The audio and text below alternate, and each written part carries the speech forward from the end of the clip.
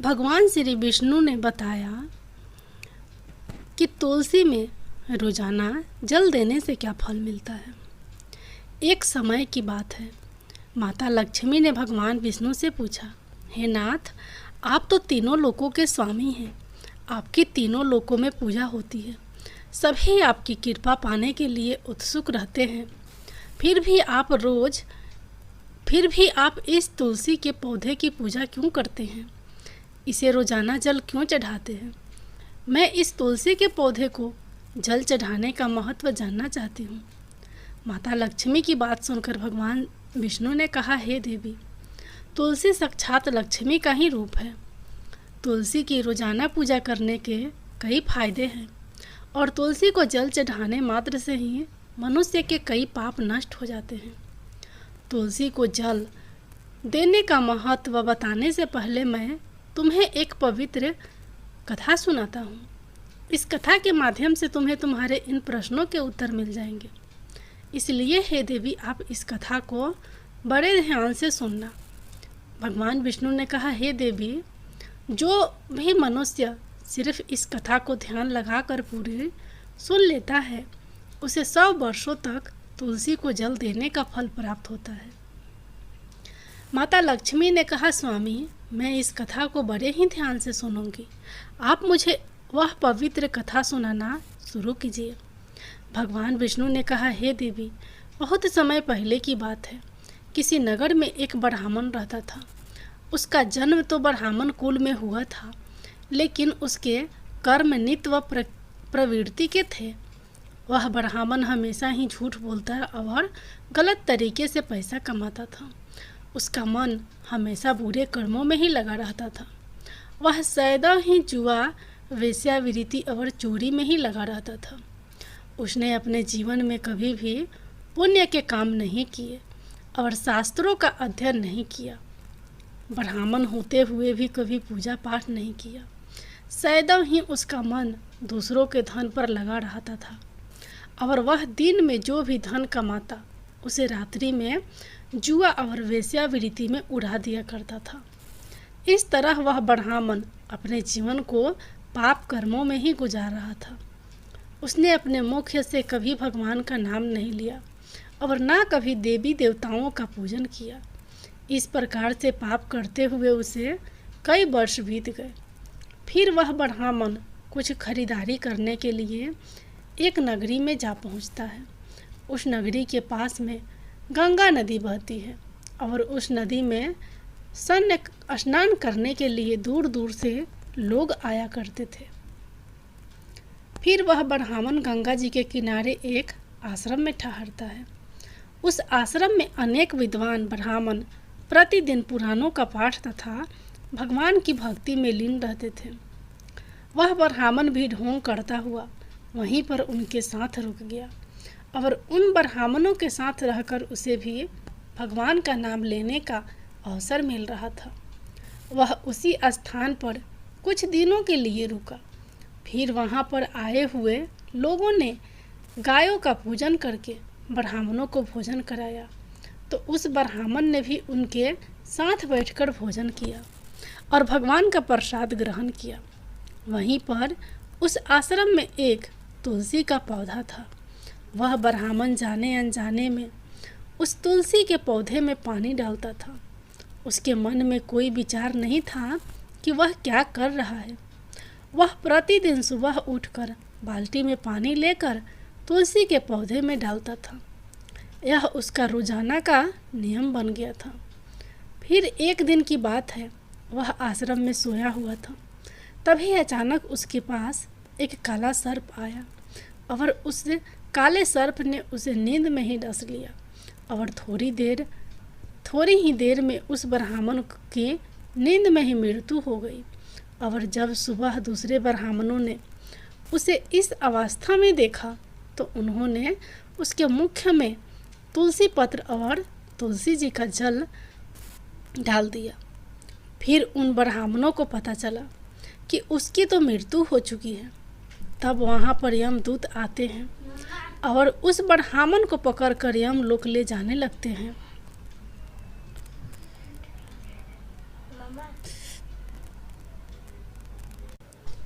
रास्ते में जाते हुए वह ब्राह्मण विलाप करने लगा और यमदूतों से कहने लगता है, हे यमदूतों, मुझे कहाँ ले जा रहे हो और मेरी मृत्यु किस कारण से हुई है।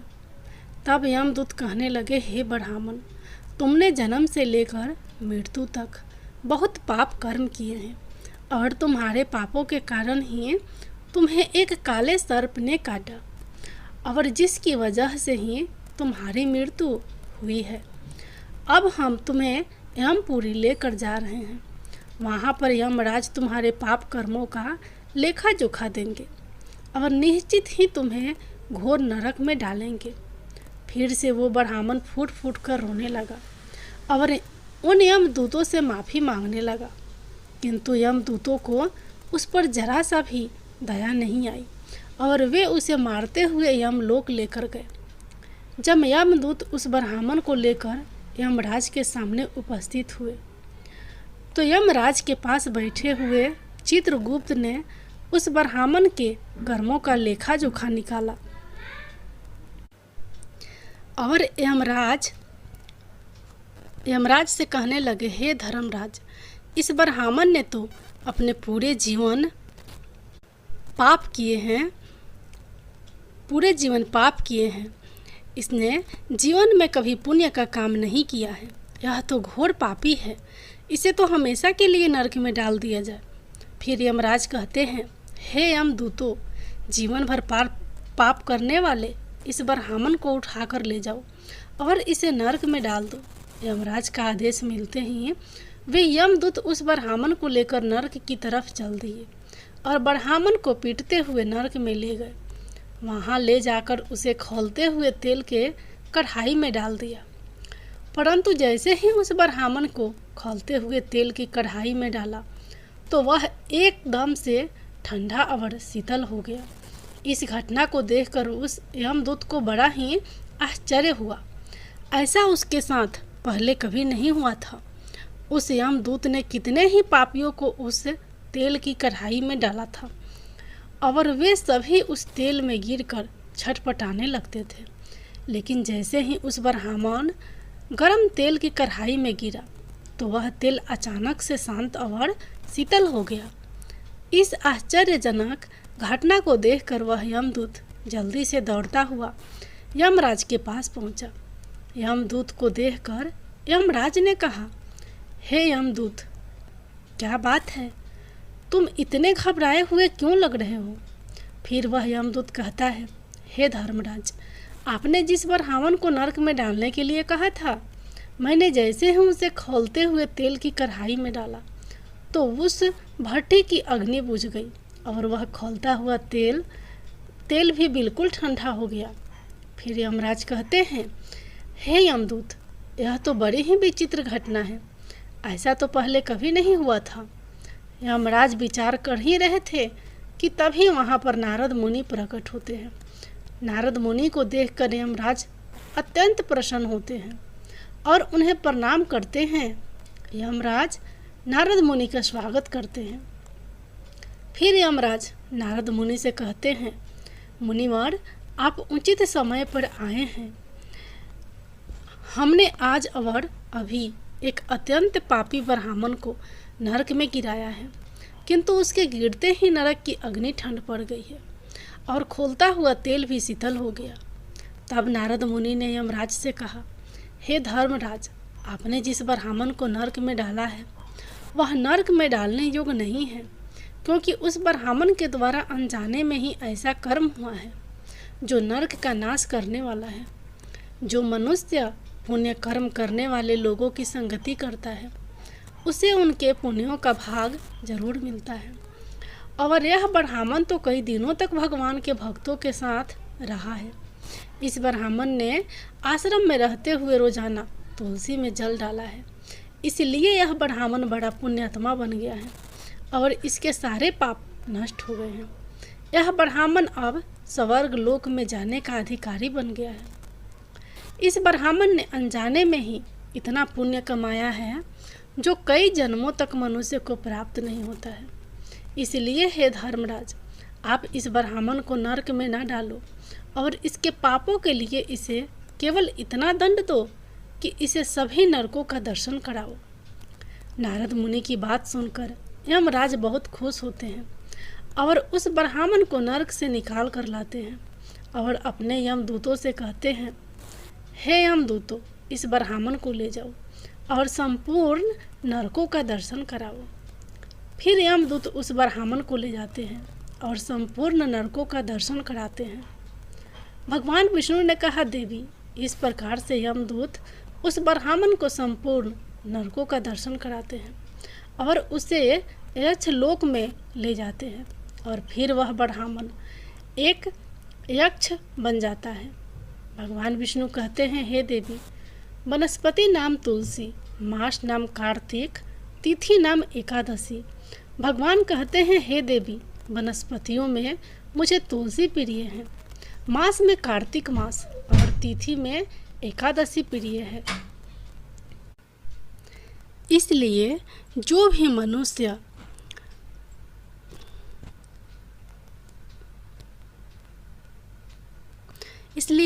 मनुष्य रोजाना तुलसी की पूजा पाठ करता है और तुलसी को जल देता है, वो मनुष्य मुझे सबसे अधिक प्रिय है। उस मनुष्य की कभी भी दुर्गति नहीं होती है और वह मनुष्य कभी नरक में नहीं गिरता है। जिन घरों में तुलसी का पौधा सदैव ही हरा भरा रहता है, उस घर में सुख शांति और समृद्धि बनी रहती है। भगवान विष्णु कहते हैं, हे देवी, मेरी पूजा में और मुझे चढ़ाए जाने वाले भोग में तुलसी के पत्र अवश्य होने चाहिए, क्योंकि तुलसी पत्र के बिना मैं किसी भी प्रकार का भोग स्वीकार नहीं करता हूँ। इसलिए प्रत्येक घर में तुलसी का पौधा अवश्य होना चाहिए। अगर आपके घर में तुलसी का पौधा है तो सुख शांति और समृद्धि के लिए तुलसी को चुनरी अवश्य चढ़ानी चाहिए। हमेशा ध्यान रखें कि तुलसी का पौधा चुनरी के बिना अधूरा होता है।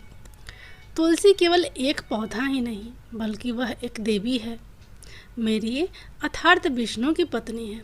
इसलिए तुलसी को चुनरी अवश्य ही चढ़ानी चाहिए, क्योंकि इससे पति पत्नी में प्रेम और विश्वास बढ़ता है। पति पत्नी का दाम्पत्य जीवन खुशहाल बना रहता है। घर में रहने वाली महिलाएं सदा सुहागिन और सौभाग्यशाली रहती हैं। तुलसी का विवाह भी अवश्य कराना चाहिए।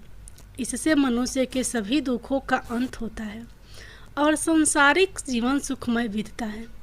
भगवान विष्णु कहते हैं, हे देवी, तुलसी के पौधे के आसपास अपने मुख से अपशब्द नहीं बोलने चाहिए। तुलसी के नज़दीक भूल से भी जूते चप्पल अथवा झाड़ू पोछा नहीं रखना चाहिए, इसे पाप माना गया है। तुलसी के पौधे के पास जल से भरा हुआ बर्तन भी नहीं रखना चाहिए। तुलसी के पौधे के पास दीपक जलाने के बाद दीपक को वहाँ से हटा देना चाहिए, क्योंकि तुलसी के नीचे बुझा हुआ दीपक रखना अशुभ माना जाता है। जिस स्थान पर भी तुलसी का पौधा होता है, उस स्थान को हमेशा ही साफ स्वच्छ रखना चाहिए। इसलिए नियमित रूप से तुलसी के पौधे के पास साफ सफाई का ध्यान रखना चाहिए। तुलसी के पौधे में शिवलिंग और गणेश जी की प्रतिमा नहीं रखनी चाहिए। साथ ही तुलसी के गमले में अन्य किसी भी प्रकार का पौधा भी लगाना अशुभ होता है। तुलसी के पौधे के पास कपड़े भी नहीं सुखाने चाहिए, अन्यथा कपड़ों का गंदा पानी तुलसी के पौधे पर गिर सकता है। और हमेशा ध्यान रखना चाहिए कि तुलसी के पत्र को नाखून से नहीं तोड़ना चाहिए, इससे तुलसी का अपमान होता है। यदि तुलसी के पत्ते सूख कर गिर जाते हैं तो उन्हें कचरे में नहीं फेंकना चाहिए, क्योंकि वे पत्ते पैरों के नीचे आते हैं, जो अच्छा नहीं होता है। उन पत्तों को आप तुलसी की मिट्टी में ही दबा दें। भगवान विष्णु कहते हैं, हे देवी, रविवार के दिन तुलसी के पत्ते नहीं तोड़ने चाहिए और रविवार को तुलसी को जल भी नहीं चढ़ाना चाहिए। बाकी सब दिन तुलसी को सुबह स्नान से निवृत्त होकर जल देना चाहिए और शाम के समय एक दीपक जलाना चाहिए। भगवान विष्णु कहते हैं, हे देवी, अक्सर महिलाएं स्नान के बाद अपने बाल खुले रखकर ही तुलसी को जल देती हैं, परंतु ऐसा करना गलत होता है। महिलाओं को हमेशा ही अपने बाल बांधकर माथे पर सिंदूर लगाकर ही तुलसी के जल देना चाहिए। इससे तुलसी का आशीर्वाद प्राप्त होता है। घर में तुलसी का पौधा लगाते समय ध्यान रखें कि इसके लिए गंदी मिट्टी का उपयोग नहीं करें। साफ स्वच्छ मिट्टी का ही उपयोग करना चाहिए। इससे तुलसी माँ रूठ जाती हैं और सूखने लगती हैं। तुलसी का पौधा कभी भी गंदे स्थान पर नहीं रखना चाहिए, जैसे कि नाली अथवा बाथरूम के पास तुलसी के गमले को कभी नहीं रखना चाहिए, अन्यथा गंदा पानी तुलसी के पौधे में गिर सकता है, जो बहुत ही अशुभ माना गया है। घर में तुलसी का पौधा कभी सूखना नहीं चाहिए। शास्त्रों में ऐसी मान्यता है कि तुलसी का पौधा सूखना अकाल मृत्यु की सूचना देता है। घर में तुलसी का पौधा सूख जाए तो घर की सुख समृद्धि खत्म हो जाती है। सूखी हुई तुलसी में माँ लक्ष्मी का वास नहीं होता है। भगवान विष्णु कहते हैं, शास्त्रों के अनुसार मासिक धर्म के दौरान महिलाओं को तुलसी के पौधे में पानी नहीं डालना चाहिए और तुलसी को स्पर्श करना भी वर्जित है। तुलसी को बिना स्नान किए जल नहीं देना चाहिए और पैरों में चप्पल आदि पहनकर भी तुलसी को जल नहीं देना चाहिए। तुलसी को जल देते समय ध्यान रखें कि वह जल आपके पैरों पर ना पड़े, इससे तुलसी का अपमान होता है। भगवान विष्णु कहते हैं, नित्य तुलसी के दर्शन से मनुष्य को स्वर्ग की प्राप्ति होती है और तुलसी पत्र के सेवन से उसके सभी पाप नष्ट हो जाते हैं। तुलसी का पौधा हमेशा घर के सामने लगाना चाहिए। इसे पूर्व अथवा उत्तर दिशा में लगाना सबसे अधिक शुभ होता है। तुलसी के पास मरुस्थलीय पौधे रखना बहुत ही अशुभ माना जाता है। ऐसे पौधों से नकारात्मक ऊर्जा निकलती है। शास्त्रों में कहा गया है कि जिन पौधों से हरी भरी कलियों की उत्पत्ति ना हो, उसके स्थान पर कांटे निकलते हो, तो ऐसे पौधे को तुलसी के पास कभी भी नहीं रखना चाहिए। शास्त्रों में केले के पौधे का विशेष महत्व बताया गया है। अगर तुलसी के पास केले का पौधा लगा देते हैं तो कई गुना अधिक लाभ प्राप्त होते हैं। भगवान विष्णु कहते हैं, केले के पौधे में देवी स्वयं मेरा वास होता है। इसे तुलसी के पास लगाने से घर में सुख समृद्धि आती है। तुलसी के पौधे में शालिग्राम भी अवश्य रखना चाहिए। तुलसी के गमले में शालिग्राम रखने से तुलसी का और भी अधिक शुभ प्रभाव आपको देखने को मिलेगा। शालिग्राम मेरा ही रूप है। यह काले रंग का पत्थर होता है, जिसे विलक्षण और मूल्यवान माना गया है।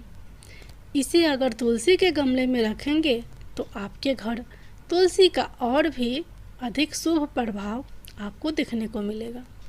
शालिग्राम मेरा ही निराकार रूप है। यह काले रंग का पत्थर होता है, जिसे विलक्षण और मूल्यवान माना गया है।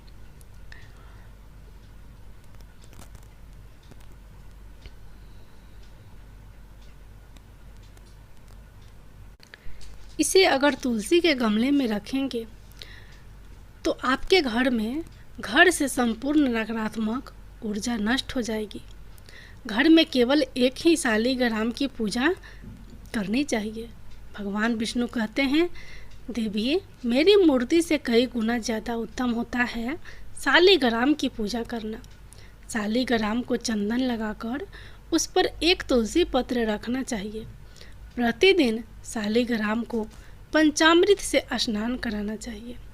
ऐसा करने से मनुष्य के सभी जन्मों के पाप नष्ट हो जाते हैं। शालिग्राम सकारात्मक और सात्विकता का प्रतीक होता है। इस प्रकार भगवान विष्णु ने माता लक्ष्मी को तुलसी के पौधे को जल देने का महत्व बताया है और घर में तुलसी का पौधा लगाने के सभी नियम। तुलसी माता की जय हो। भगवान विष्णु।